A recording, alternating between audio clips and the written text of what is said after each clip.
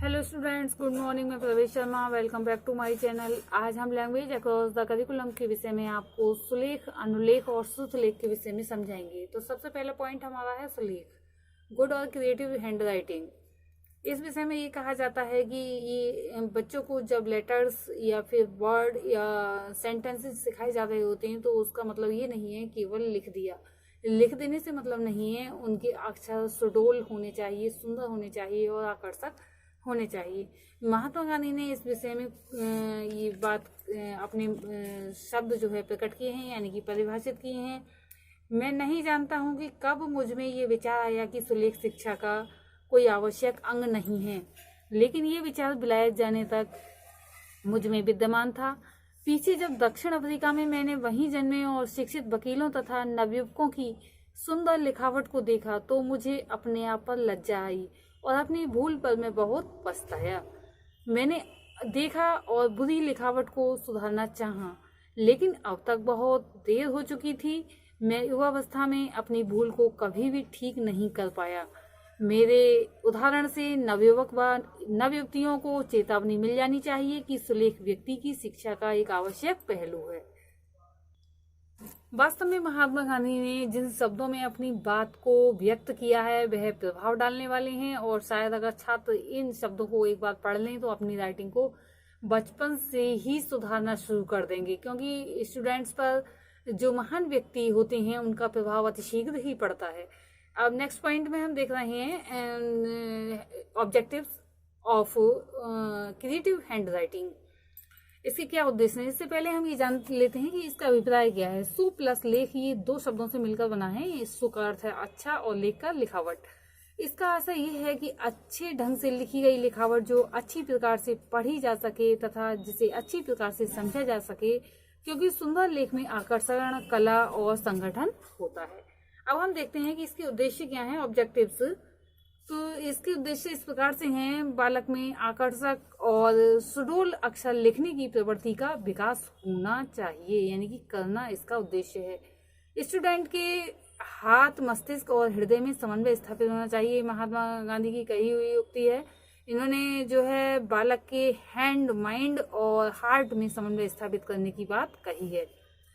Students को सुनने, लिखने, देखने, लिखने से इंद्रिय शिक्षण मिले, ये इसका उद्देश्य होना चाहिए। स्टूडेंट में सौंदर्य अनुभूति की भावना का विकास होना चाहिए और विकास करने के लिए सुंदर लिखाना आवश्यक हो जाता है। स्टूडेंट्स में जीवन जीने की सुव्यवस्था आए। कहने का तात्पर्य यह है कि सुव्यवस्थित लिखेंगे, सुव्यवस्थित, तभी सुव्यवस्थित जीने की कला उनमें पनपेगी। स्टूडेंट व्यवहारिक जीवन जीने के लिए तैयार हो सकें, यानी कि उन्हें व्यवहार में लिखना भी पड़ेगा, तो इसलिए व्यवहारिक जीवन जीने के लिए तैयार करना जो है इसका उद्देश्य है। क्योंकि जब बालक की राइटिंग अच्छी होती है तो कहीं भी लिखने के लिए तैयार हो जाते हैं, और जब बालक की राइटिंग अच्छी नहीं होती है तो लिखने में झिझकते हैं और प्रत्येक जगह लिखने में अपना टाइम वेस्ट करते हैं, क्योंकि उन्हें छिपाकर लिखना ज़्यादा अच्छा लगता है, कहीं कोई हमारी राइटिंग को देख ना ले। नेक्स्ट पॉइंट आता है characteristics of creative hand writing.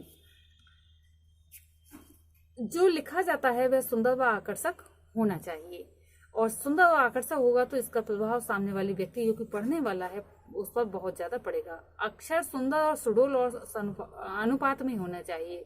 जो कुछ लिखा जाता है, राइटिंग किया जाता है, वह स्पष्ट होने के, यानी क्लियर होने के कारण अच्छी प्रकार से पढ़ा भी जाता है।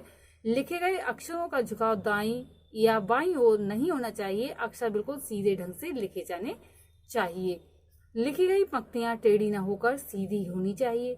समान रूप वाले अक्षर जैसे कि माँ और या, वहा और माँ, धा और घा, ये स्पष्ट सुपाठ्य लिखे जाने चाहिए, क्योंकि घा और धा में ज्यादा विशेष अंतर नहीं होता है, लेकिन थोड़ा अंतर होने पर भी वह अगर थोड़ा अशुद्ध तरीके से लिखा जाएगा तो पढ़ने में अस्पष्टता आ जाएगी और अर्थ का अनर्थ समझ में आएगा। दो शब्दों के बीच या दो पंक्तियों के बीच तथा अनुच्छेदों के बीच उचित अंतर अवश्य होना चाहिए, यानी कि डिफरेंस अवश्य होना चाहिए, जो कि शब्द पता चल जाएगी अलग अलग शब्द हैं। अब हम देखते हैं इसमें इम्प्रूवमेंट क्या हो सकता है। तो जहां तक संभव हो सके अध्यापक बालकों के सुलेख कार्य का, यानी कि जो राइटिंग है उसका संशोधन उन्हीं के सामने करे, ताकि वे अपनी गलती पहचाने और सुधार में यथोचित ध्यान दें। एक टीचर को चाहिए कि शुद्ध किए गए अशुद्ध या शब्द अशुद्ध शब्द या अक्षर के शुद्ध रूप उत्तर पुस्तिका में हाशिए या अक्षर के पास में ही लिखे जाने चाहिए। कहने का तात्पर्य ये है कि ऐसा ना हो कि अध्यापक ने उसको काट दिया, काटने के बाद जब पेन चला ही दिया है तो उसे क्लियर करके लिख देना चाहिए कि इस तरह से लिखा जाएगा। और इम्प्रूवमेंट के लिए एक टीचर की कलम बालक की कलम के अनुपात में ही होनी चाहिए। जो गलत लिखा गया है, रॉन्ग है, जो बालक ने जिस कलर से लिखा है तो उसी कलर के पेन से अध्यापक को नहीं लिखना चाहिए, उसे अपना रेड कलर का पेन यूज करना चाहिए। अब इसके मूल्यांकन रूप में हम कह सकते हैं कि सुलेख के मूल्यांकन में सदैव इन बातों का विशेष रूप ध्यान रखा जाए कि लेख की गति क्या है, लेख की गुणवत्ता क्या है। अब नेक्स्ट पॉइंट हमारा है अनुलेख। किसी भी प्रकार की लिखावट के बाद या राइटिंग के बाद पीछे लिखना ही अनुलेख होता है।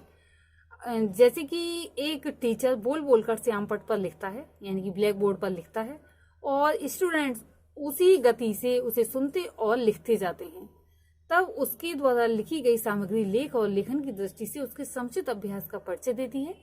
गति के साथ लिखना ही अनुलेखन है। कहने का तात्पर्य यह है कि अध्यापक लिखता जा रहा है, यानी टीचर लिख रहा है और छात्र भी लगातार लिखते जा रहे हैं टीचर के पीछे से, यानी कि जैसे ही टीचर ने लिखा वैसे ही छात्र ने लिख लिया, तो इसी के लिए अनुलेखन कहा जाता है। अनुलेखन की कॉपियां भी होती हैं। इसमें प्रत्येक पृष्ठ के ऊपर प्रत्येक पंक्ति के मोटे और सुंदर रंग के अक्षर, शब्द या वाक्य लिखे होते हैं। क्रिएटिव राइटिंग की मार्केट में बहुत सारी कॉपी मिलती हैं, जिसमें कि बच्चे अपनी राइटिंग सुधारने के लिए इसको लेते हैं, और कभी कभी किसी किसी विद्यालय में तो सिलेबस में साथ साथ लगी रहती हैं, जिससे कि बच्चों की राइटिंग अच्छी हो जाए। उनके नीचे कुछ रिक्त पंक्तियां होती हैं, यानी कि लाइन्स होती हैं, और जब स्टूडेंट ऊपर लिखे अक्षर, ये लेटर्स या वर्ड्स या फिर सेंटेंसेस देखते हैं और उनको लिखते जाते हैं। इनमें कुछ लाइन्स बिंदुओं के अक्षर में भी होती हैं, जिन पर स्टूडेंट केवल स्याही से घुमाते हैं, तथा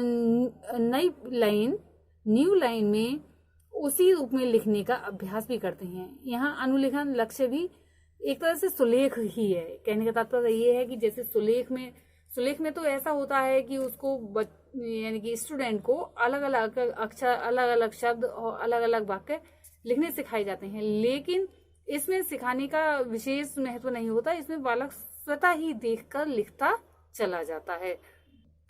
अब हम देखेंगे अनुलेख के उद्देश्य क्या हैं। तो अनुलेख से बालक जो है स्वतः ही लिखना सीखते हैं, यानी कि स्वतः ही सुलेख करना सीख जाते हैं। उसे किसी अध्यापक की या फिर गाइड की इसमें आवश्यकता नहीं होती है। अनुलेख से उसे लेखन की क्षमता का विकास होता है और कम समय में अधिक लिखने की आदत पड़ती है। अब हम देखेंगे अनुलेख की विशेषताएं। अनुलेख से बालक बहुत जल्दी सीखता है, स्पष्ट सीखता है, और अगर उसकी गलतियां होती जाती हैं तो इरेजर से साफ करके, यानी कि उसे हटाकर फिर पुनः उस पर लिखता है। इससे उसे लिखने में समय की भी बचत होती है और यानी कि बचत भी होती है। बचत कैसे होती है? क्योंकि अगर जो कॉपी हैं, पेज हैं, उसके खराब नहीं होते हैं, बार बार लिखता है, बार बार उसे साफ करता है और लिखता ही चला जाता है। छोटे बच्चों के साथ में यही होता है, क्योंकि पेंसिल से बालक लिखते हैं और पेंसिल और पेन का प्रयोग कक्षा 5 तक तो बिल्कुल भी अधिकतर विद्यालयों में प्रतिबंध है कि वे पेन से ना लिखें, क्योंकि पेन का लिखा हुआ बालक एक बार लिखने के बाद उसको दोबारा से सुधार नहीं सकता है। अनुलेख करते समय छात्र विराम चिन्ह आदि को ठीक प्रकार से लगाता है, क्योंकि उसे सामने लिखे हुए रहते हैं और उनको विशेष ध्यानपूर्वक विराम, अर्धविराम, अनुस्वार, विसर्ग, इन चीजों का बहुत ज्यादा ध्यान रहता है, क्योंकि वे सामने लिखे हुए रहते हैं। अनुलेख से बालक सुपाठ लिखने में अभ्यस्त हो जाते हैं और जो लिखा होता है उसे कोई भी आराम से पढ़ सकता है।